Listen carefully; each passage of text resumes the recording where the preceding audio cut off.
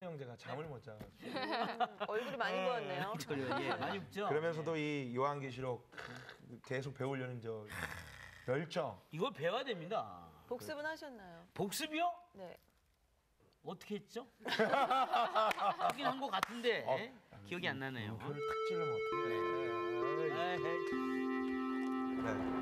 아 예.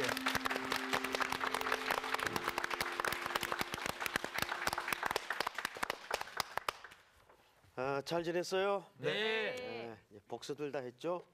네. 네. 왜 이게 대답 소리가? 예. 복습 안 했어요? 복습을 예. 아, 말씀만 하시면 생각날 것 교회로 같아요. 배우지 않았나요? 예. 네, 우리 저희 오늘 에베소 교회 요한계시록 몇째 시간입니까? 몇 번째 시간인지 아세요? 오늘이 다섯 번째 같은데요. 다섯 번째 시간이죠. 네 번째 시간부터는 우리가 아시아 지역의 7교회를 시작을 했죠. 네. 그 지난 시간에는 첫 번째 교회. 에베소. 예, 제가 그 첫 번째 교회에서부터 7개 교회까지 외우는 방법을 아 맞다. 기억합니까? 네. 그때 상훈이 오빠 보고 외우라고. 가르쳐주셨나요? 첫 글자만 따서 아, 네. 두사빌라, 두사빌라. 두사빌라, 어서 보러 두 개 사라 빌라. 에서 보모. 에세고. 에서 보모. 첫 글자 따서 두사빌라까지. 자, 오늘은 두 번째 시간을 하기에 앞서서 첫 번째 그 교회에 대한 복습을 좀 하고 공부를 좀 하겠습니다. 네. 첫 번째 교회가 에베소 교회였죠. 네. 에베소 교회. 에베소 교회의 특징이 뭡니까?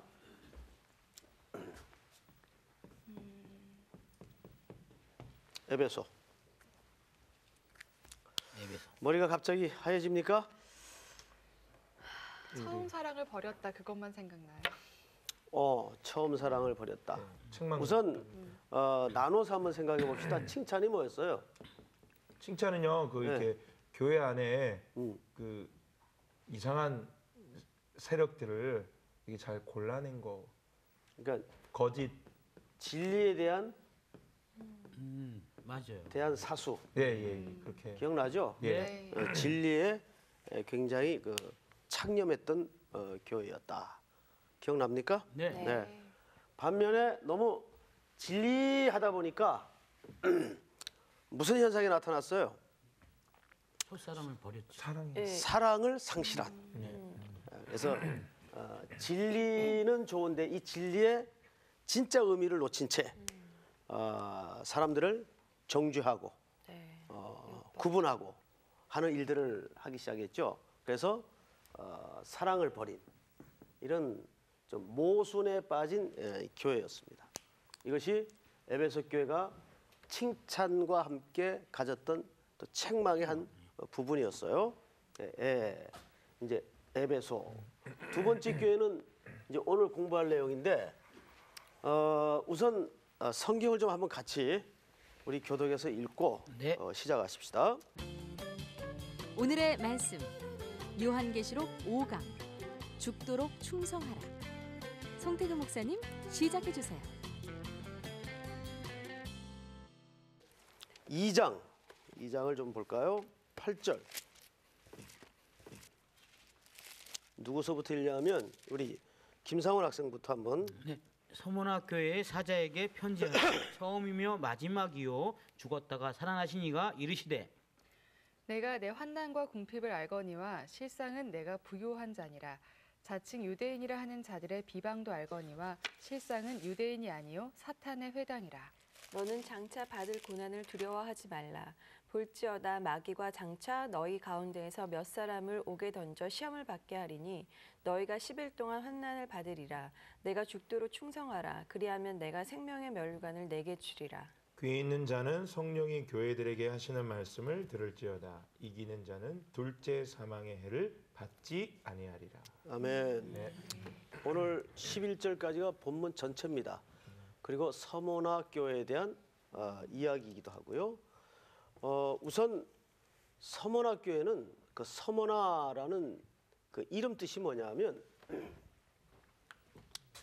모략,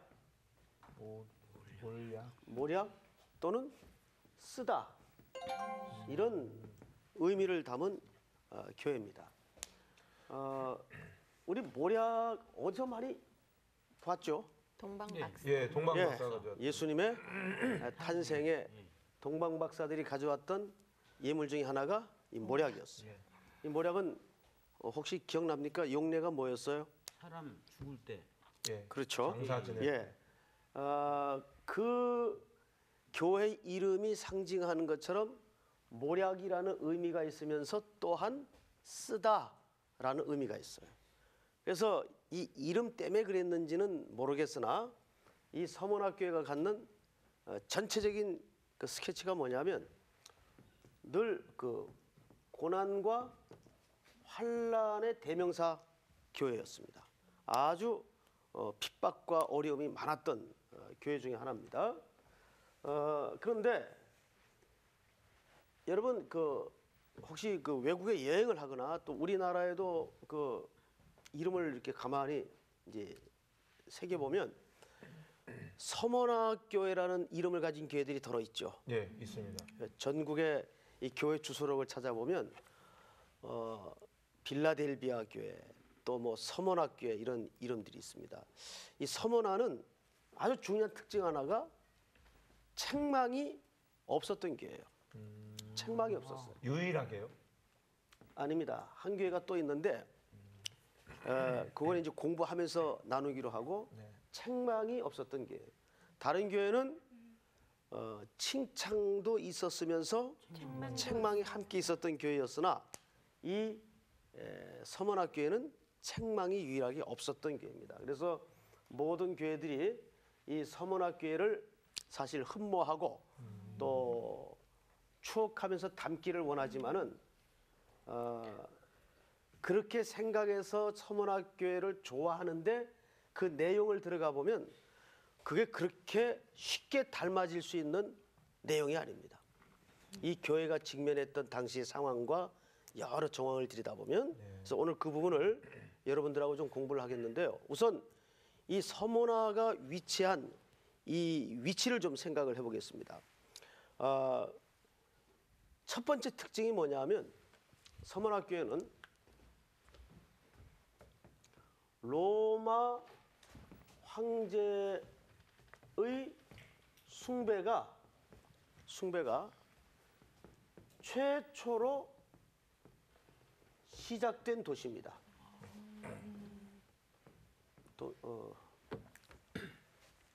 로마 황제 숭배가 최초로 시작된 도시였습니다.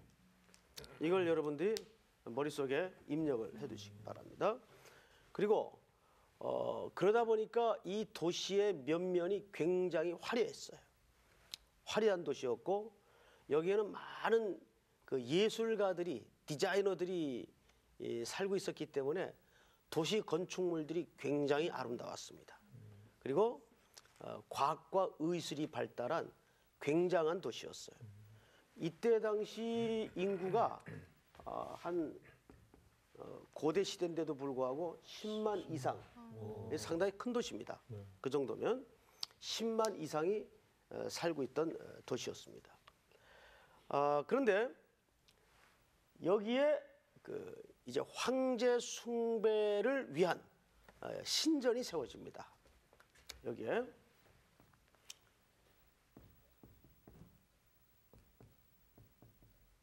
신전이 세워집니다. 이런 도시적 특징 때문에 이 도시 사람들은 경제적으로 굉장히 부유했어요. 상당히 괜찮게 살았어요. 그런데 여기에 이제 무슨 일이 벌어지는가 하면 이 도시 자체는 부유하고 화려하고 위용을 자랑하는 도시였으나 그 문화가 발달되고 문명이 발달된 도시 속에서 그리스도인들이 사는 삶은 어떠했는가. 이제 오늘 그게 사실은 우리가 붙잡아야 될 중요한 초점입니다. 오늘 본문을 잘 보세요. 8절. 서문화 교회의 사자에게 편지하라. 처음이요 마지막이요 죽었다가 살아나신 이가 이르시되 내가 네 뭐예요? 환난과 두 번째는 궁핍을 알거니와. 자, 서문학교의 두 번째 특징이 환난과 뭐예요? 궁핍. 자, 여기서 말하는 환란이라는 말은 이런 헬라 말을 써 들립시스. 들립시스 이런 단어를 쓰는데 이 단어를 이제 풀이해서 좀 직역을 해주면 이런 뜻입니다.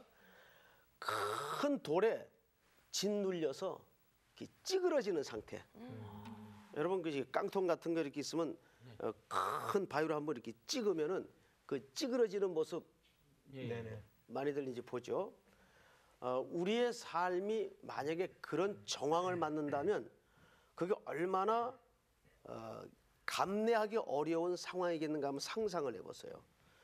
이 도시 속에서 이렇게 물질이 풍요하고 과학이 발달하고 문명이 발달한 도시 속에서 그리스도인들이 사는 삶의 내용은 환란, 다시 말해서 큰 바위 덩어리로 이렇게 짓눌려져서 찌그러지는 그러한 삶을 살고 있어서 이유는 딱 하나예요. 왜 그랬을까요? 우리 오태근 학생, 이유가 뭐였을까요? 성경에 없어요. 예수님을 믿어. 예. 예수님을 믿었기 때문인데 그걸 다르게 한번 생각을 해보세요. 다르게요? 예. 예수님을 어떻게? 자기 보고 물었는데 어딜 좋아요? 다르게 한번 생각을 해보세요. 그 아까 설명하셨던 예. 그 저 도시가 가지고 있는 그런 성격하고 연관이 있나요? 그렇죠. 그리스도의 삶을 드러내지는 못하지 않습니까? 저 황제의 숭배가 있었기 때문에. 예, 거의 다 왔어요. 거의 다 왔어요. 황제를 숭배해야 되니까 우상 숭배를 하지 않으려고 하다 보니까 핍박을 받은 거 아닐까요? 예. 그거랑 비슷하군요. 저희 일본의 그 뭐지 왜 또 일본이야? 신사참배? 이 신사참배랑 비슷한 거군요. 그러니까 크리스찬이지만 숭배를 해야 되잖아요. 예. 로마 시민이니까. 예. 그런 어떤 그 영적인 어떤 싸움. 예, 맞습니다. 표정 좀 풀고. 들린 줄 알고. 선생님이 굉장히 부담돼. 저도 지금 옆에서 보는 저도 그러지. 막 울 것 같아가지고. 맞아요. 네. 이 환란이 어떤 결과로 생긴 환란인가 하면 바로 우리 지금 학생들이 말씀하신 내용을 종합해 보면 이 도시는 로마 황제 숭배의 발효지였어요. 그래서 로마 황제를 신으로 추앙하는데 가장 시초가 되었던 도시이기 때문에 근데 이제 그래서 신전을 유치하죠. 황제를 섬기는 신전을 유치하게 되면 여기에는 엄청난 경제적인 지원이 따라오게 됩니다. 그러니까 사실은 명목은 신전 유치고 황제에 대한 충성스러운 내용을 표현하지만은 그 이면에는 결국 뭐예요? 결국은 돈 얘기예요. 우리 무슨 말 얘기하다가 뭐 이런저런 설명을 아주 하는데 결국 돈 얘기네.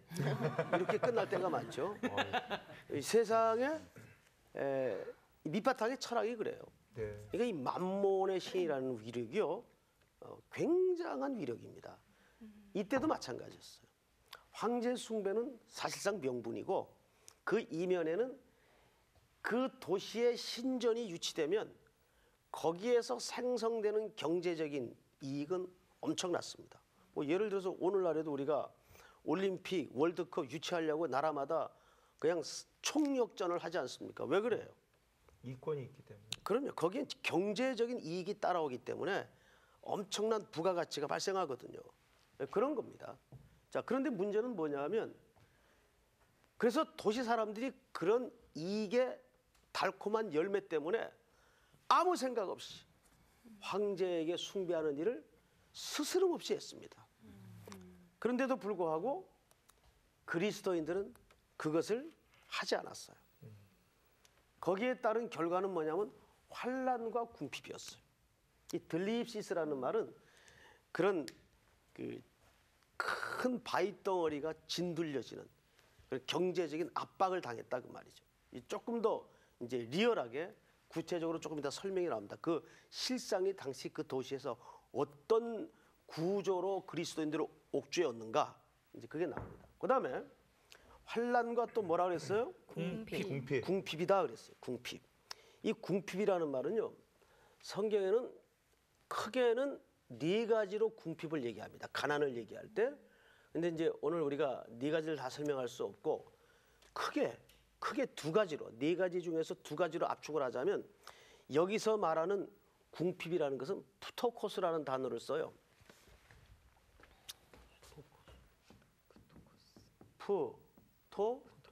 코스.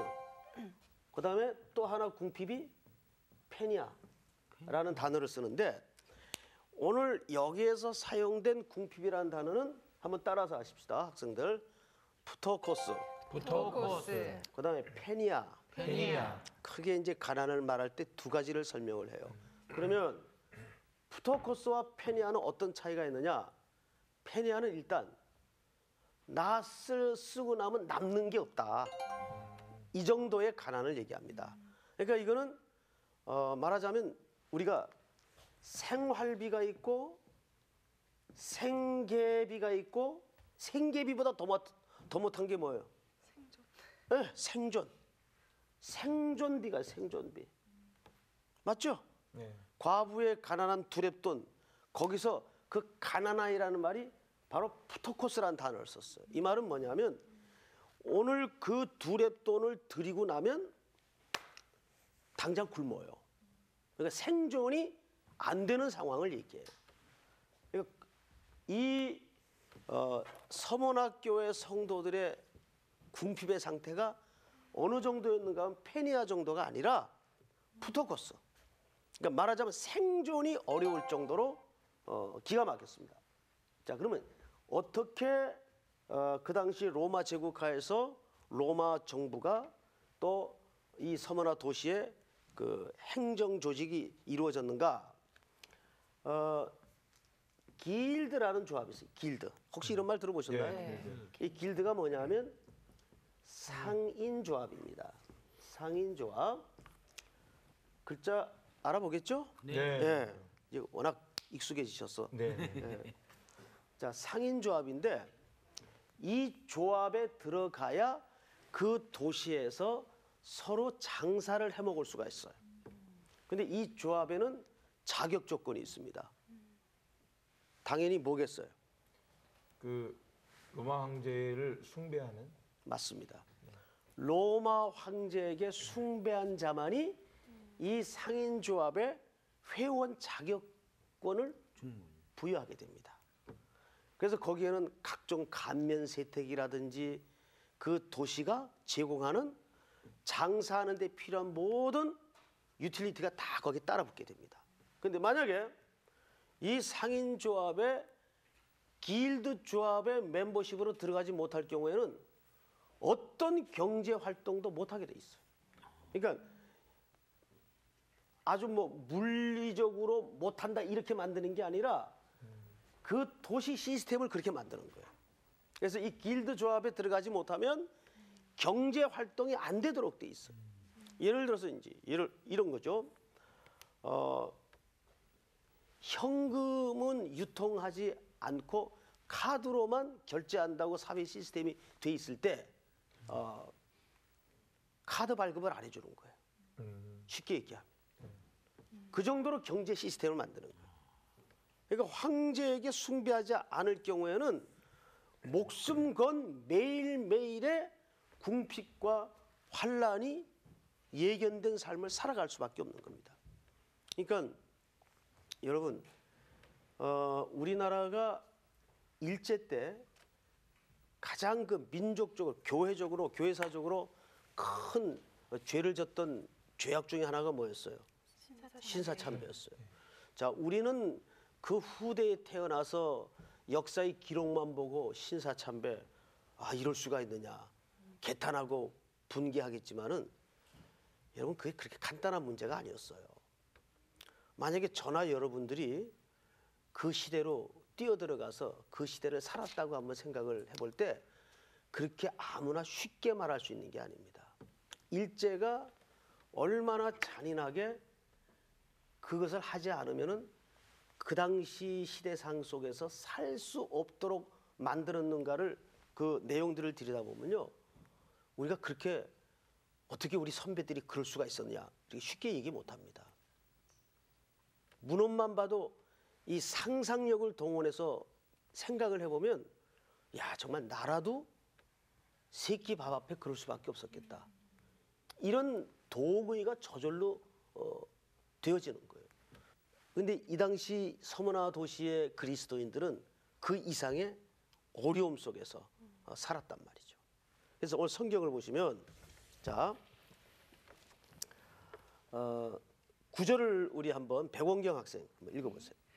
내가 내 환난과 궁핍을 알거니와 실상은 내가 부요한 자니라. 자 여기에서 내가 네 환난과 궁핍을 안다 그랬어요. 근데 실상은 뭐한 자라고요? 부요한 자. 부유한 자라. 이 말은 여기 부유하다.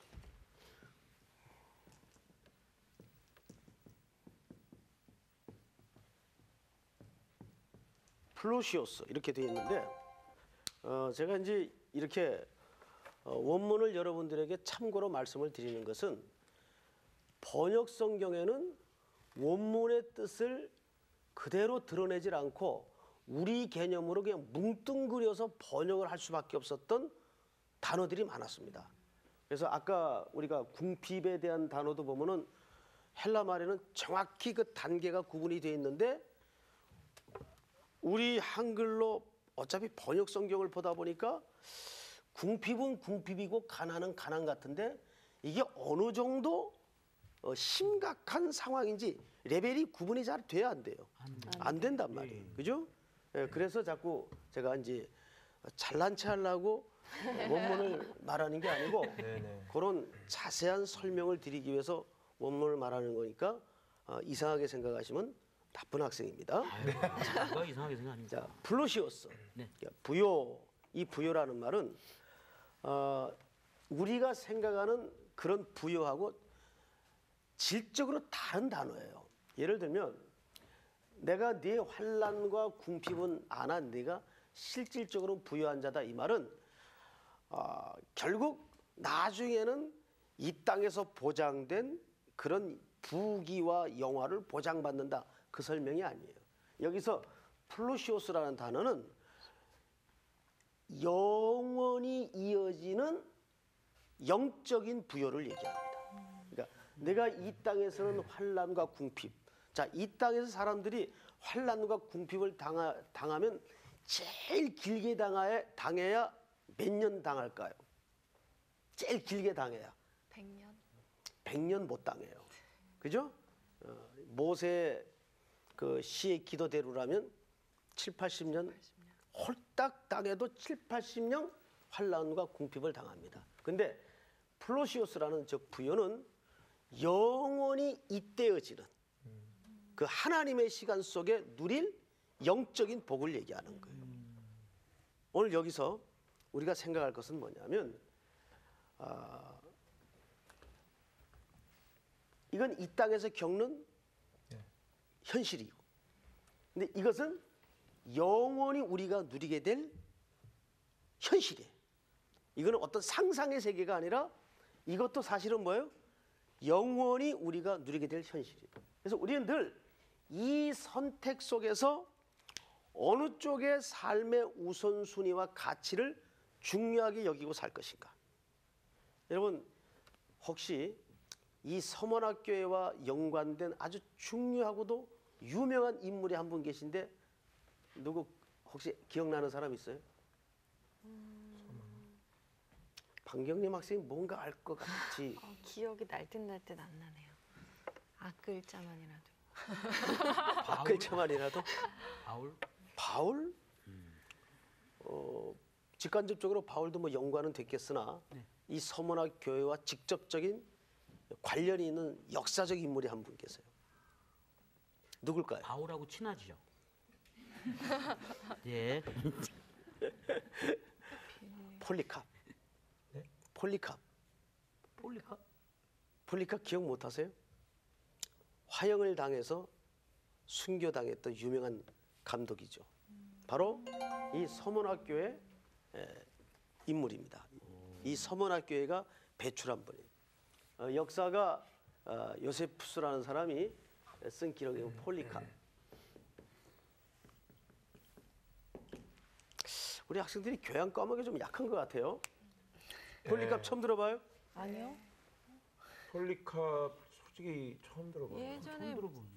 선생님이 얘기하신 것 같은데. 이 폴리캅은 그 당시 교부로서 굉장히 역사적으로 중요한 인물이면서 아주 아름다운 죽음을 맞았던 인물이에요. 예수 그리스도를 믿는 사람들을 이제 색출하고 수색하지 않습니까? 네. 잡아내기도 해서 죽이기도 하죠. 우리 7, 80년대에 보면요. 간첩 잡으면 얼마 줬는지 아세요? 그때 당시 돈으로?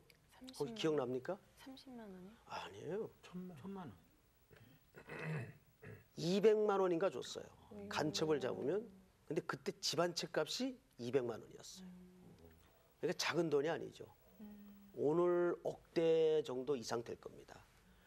근데 그 당시에 예수 그리스도를 믿는 공동체를 고발하거나 발견하는 자에게는 그와 같은 혜택을 주었어요. 그래서 많은 사람들이 붙잡혀서 히브리서에 기록된 것처럼 톱으로 켬을 당하고 짐승의 가죽을 입히어서 우리에 던져지고 원형 경기장에 던져지는 끔찍한 처형을 당했습니다.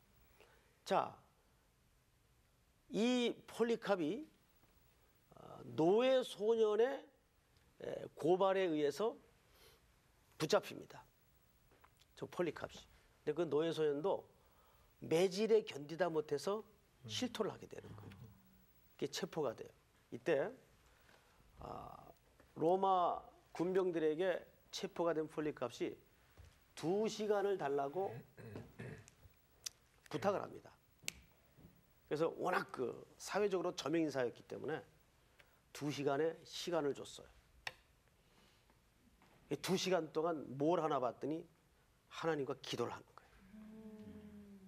기도를 하고 나서 눈을 뜬 다음에 2시간 만에 첫 번째 얘기가 뭐냐면 그래도 예수님은 그리스도십니다. 이게 첫 번째 얘기였어요. 두 번째 얘기는 여러분들도 예수를 믿어야 됩니다. 이게 두 번째 얘기였어요. 그리고 마지막 세 번째가 그렇지 않으면 영원한 불못에 던져질 것입니다. 이게 역사가 요세푸스가 폴리캅에 대해서 기록한 그 유명한 세 마디예요. 여러분,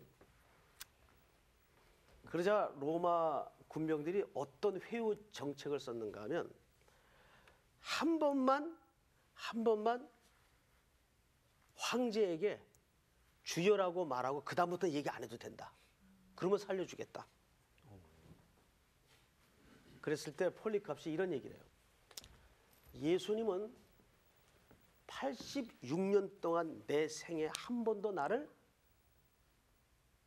떠나거나 나를 모른다 한 적이 없다. 내가 어찌 그 주님을 단 한순간이라도 배반할 수 있겠느냐. 그러면서 그것을 거절합니다. 그래서 이제 결국 그를 체포하려고 했을 때 나 묵지 마라.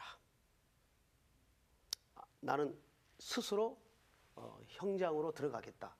그래서 두 가지 길을 선택하도록 해요. 첫째가 며칠 굶은 사자에게 죽음을 당할래? 아니면 화형 있죠? 장작더미에서 불태우는 그 화형을 당할래? 선택을 하라고 했을 때 이 폴리캅이 뭐라 그러냐면 사자에게 죽음을 당하면 한순간에 죽을 수 있다. 한순간에. 급소 딱 물리면 한순간에 죽을 수 있죠. 그러나 예수님이 나를 위해 죽으신 그 사랑을 생각할 때 내가 한순간의 고통으로 끝나는 그 죽음을 죽기에는 내가 너무 죄송스럽다. 그래서 그가 화형을 택합니다. 화형. 화형은 뭐예요? 불더미 속에서 그 불의 고통 속에서 죽어가는 거 아닙니까? 그래서 화형으로서 불더미 속에서 그는 순교를 당합니다. 이 유명한 얘기를 처음 들어요? 네. 예. 그래서 우리가 이 교회사를 꼭 읽어야 됩니다. 교회사는 신학을 하는 전문가들만 읽는 책이 아니고 우리 일반인들도 우리 첫째 제일 중요한 게 뭐냐면 한국교회사. 한국교회 짧은 120년의 그 역사 속에 우리 1세대 선배들이 어떻게 신앙을 지켜왔는가. 예를 들면 일제시대의 주기철 목사님 같은 분은 신사참배를 거절하고 모두가 국민의례라고 그거 괜찮다고 이렇게 회유하고 대세를 따랐을 때 여러분 우리가 대세를 따르느냐 대의를 따르느냐 이것은 어느 중요한 순간에만 적용되는 덕목이 아니고 사실 오늘이라는 현실 속에서 매일 부딪히는 싸움이에요. 그렇잖아요. 그죠? 예. 그랬을 때 모두 대세를 따랐어. 아, 그거는 그냥 국민 의례인데 뭘 그거 가지고 이렇게 자꾸 깐깐하게 구느냐. 그 당시 교회도 노회도 총회도 전부 결의해서 이건 국민 의례다 해서 황제에게 일본 천황에게 숭배하는 그런 의식을 치루었습니다. 그런데 손양원 목사님은 대의를 쫓았죠. 맞죠? 손양원 목사님, 주기철 목사님은 대의를 쫓았죠. 이때 제가 그분이 남긴 글 하나를 우리 학생들에게 소개를 해드릴게요. 감옥에 갇혔던 주기철 목사님이 첫 번째 부인은 사모님은 너무 고생이 심해가지고 돌아가셨어요.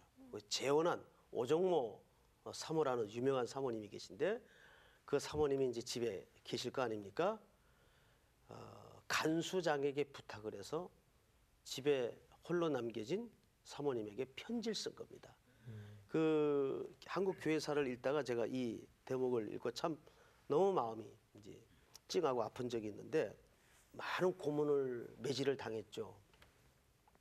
그 고통이 너무 심해 놓으니까 8해 후에는 아무래도 내가 소천할 것 같소. 자, 이런 글을 쓰는 그 정작 본인의 심정은 어땠을까 한번 상상을 해보세요. 지금까지 몸이 부어올라 터질 지경이요. 어머니 봉양 잘 해드리고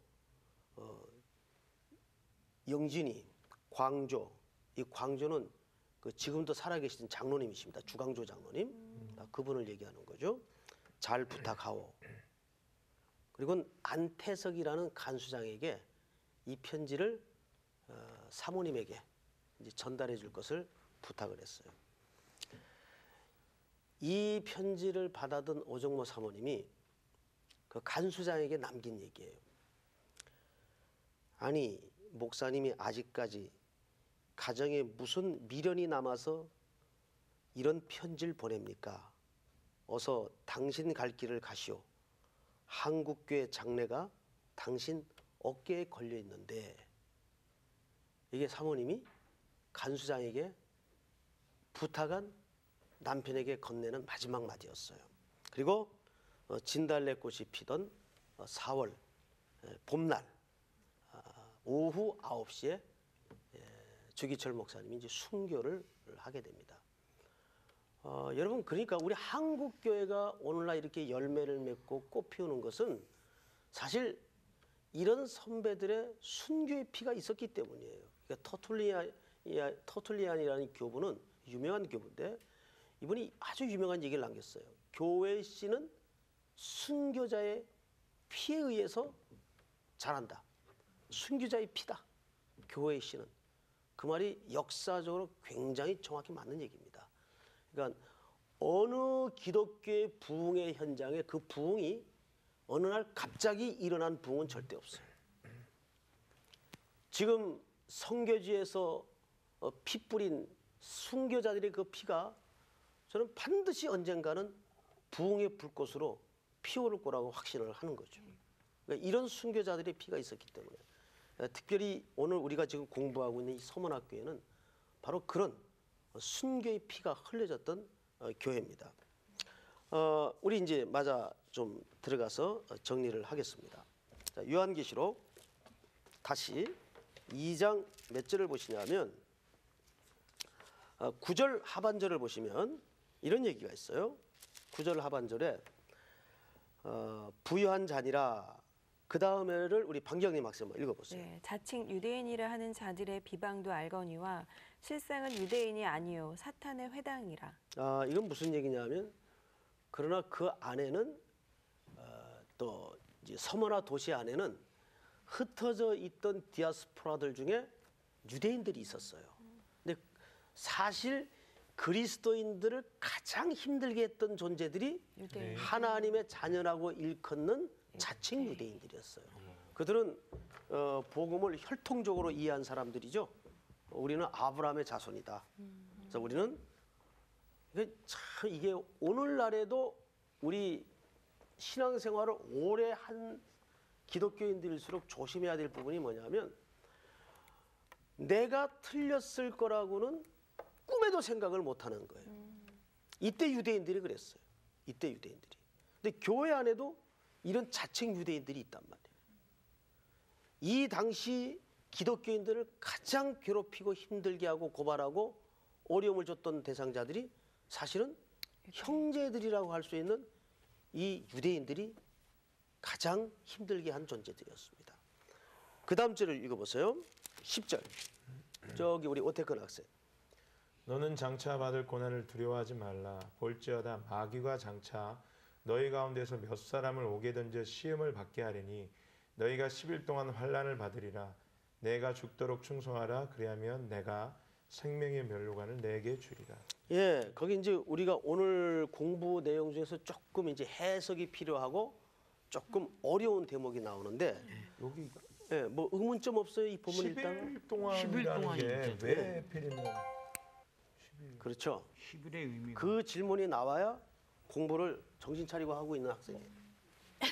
우리 오태근 아니, 학생이 다른 공부를 거는 정신 차리고 하고 있었어요. 아니, 다른 거는 자, 다 이해가 가는데 다 이해가 갈 만한 내용이죠. 다른 네. 거는. 근데 2장 10절에 보면 10절 맞습니까? 네. 자, 10일이라는 얘기가 나오죠. 10일. 네. 그다음에 또 하나 뭐가 나와요? 환란? 그 부분을 마저 읽어보세요. 10일 너희가 동안. 10일 동안 환난을 받으리라. 네. 내가 죽도록 죽도록 충성하라. 그리하면 내가 생명의 관을 내게 주리라. 자, 생명의 관이 나오죠.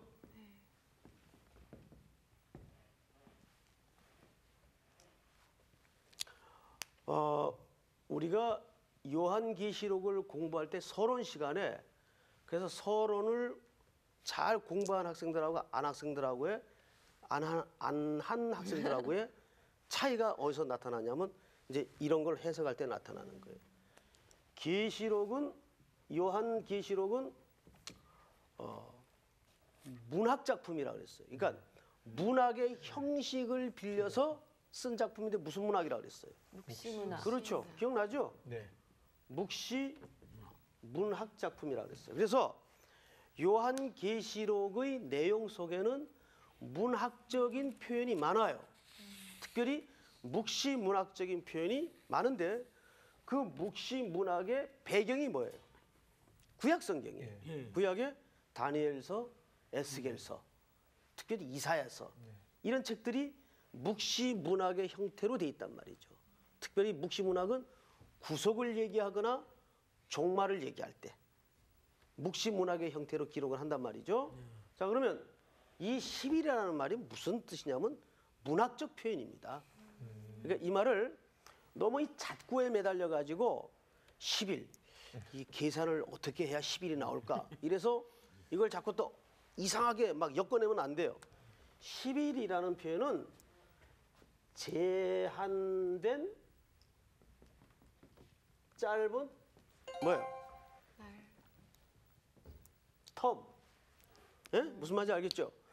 제한된 짧은 기간을 얘기하는 거예요. 그러니까 환란이 있는데 짧은 기간 동안에 잠시 환란이 있을 것이다. 근데 어떻게 충성하라? 죽도록 충성하라. 죽도록 충성하라는 말은 죽는 자리까지 충성하라는 말이에요. 죽도록 욕만 쓰라 그 말이 아니고 우리가 여기서 말하는 진의가 뭐냐면 죽는 자리까지 충성하라. 피스토스라는 말이 충성이라는 말이죠. 자, 그다음에 생명의 면류관이 뭐예요? 이 생명의 관이라는 말은 원문에 보면 스테파노스라고 되어 있는데 이게 뭐냐면 화관이에요. 화관. 화관이 무슨 말이에요? 화관이 꽃으로 만든 관이에요. 화관이라는 말이. 그러니까 이 관은 누구에게 주냐면 경기 이긴 사람. 승리자. 경주자에게 주는데 어떤 경주자? 완주해서 최종적으로 승리한 자에게 주는 화관이에요. 이게 여기서 말하는 생명의 관이에요. 자, 그러면 여기서 생명의 관은 뭘까요? 왜 생명의 관일까요? 아까 제가 폴리캅 얘기를 했죠. 예. 우리 선배들의 이야기를 했죠. 자, 그분들이 온 인생을 경주하다가 그렇게 순교의 제물이 되었지만 그 제물 까닭에 지금 여러분들이 뭡니까? 생명의 면류관이에요. 그분들의 관이라 그 말이에요. 이해가 됩니까, 여러분? 네. 그러니까 이런 단어 하나를 우리가 정확히 역사적인 맥락에서 이해할 때 감동이 밀려오는 거예요. 아, 정말 그분들의 그 죽음과 평생에 쏟아부었던 재단에 흘렸던 피가 이렇게 오늘날 대한민국이 얼마나 풍성한 관으로 열매를 맺고 있는가.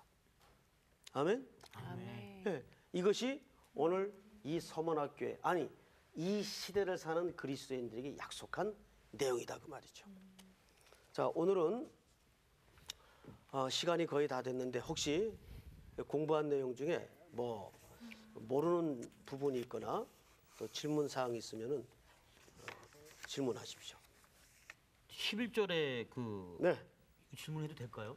괜찮아요. 10절까지 공부를 했는데 11절을 11절. 둘째 사망의 해는 어떤? 이 부분을 내가 안 했구나. 예, 예. 우리 상훈 학생이 굉장히 의욕이 좋아졌어요. 옛날 같으면 질문하라 그러면 네. 질문 없습니다 그러고 네. 얼른 끝날라 그랬던데. 아닙니다. 자, 11절. 정말 질문 없을 땐 아닙니다. 11절 네. 진짜 중요한 질문했어요. 둘째 선생님이 시간이 없어가지고 사망이라는데 이 성경 한 군데 찾고 끝납시다. 네. 자, 둘째 사망 계시록 20장을 좀 찾아보세요. 계시록 20장 11절서부터 우리 김상훈 학생이 읽으세요 직접. 11절이요. 예. 또 내가 크고 흰 보좌와 그 위에 앉으신 이를 보니 땅과 하늘이 그 앞에서 피하여 간데 없더라. 또 내가 보니 죽은 자들이 큰 자나 작은 자나 그 보좌 앞에 서 있는데 책들이 펴 있고 또 다른 책이 펴졌으니 곧 생명책이라. 죽은 자들이 자기 행위를 따라 책들에 기록된 대로 심판을 받으니 바다가 그 가운데에서 죽은 자들을 내주고 또 사망과 음부도 그 가운데에서 죽은 자들을 내주매 각 사람이 자기의 행위대로 심판을 받고 사망과 음부도 불못에 던져지니 이것은 둘째 사망 곧 불못이라.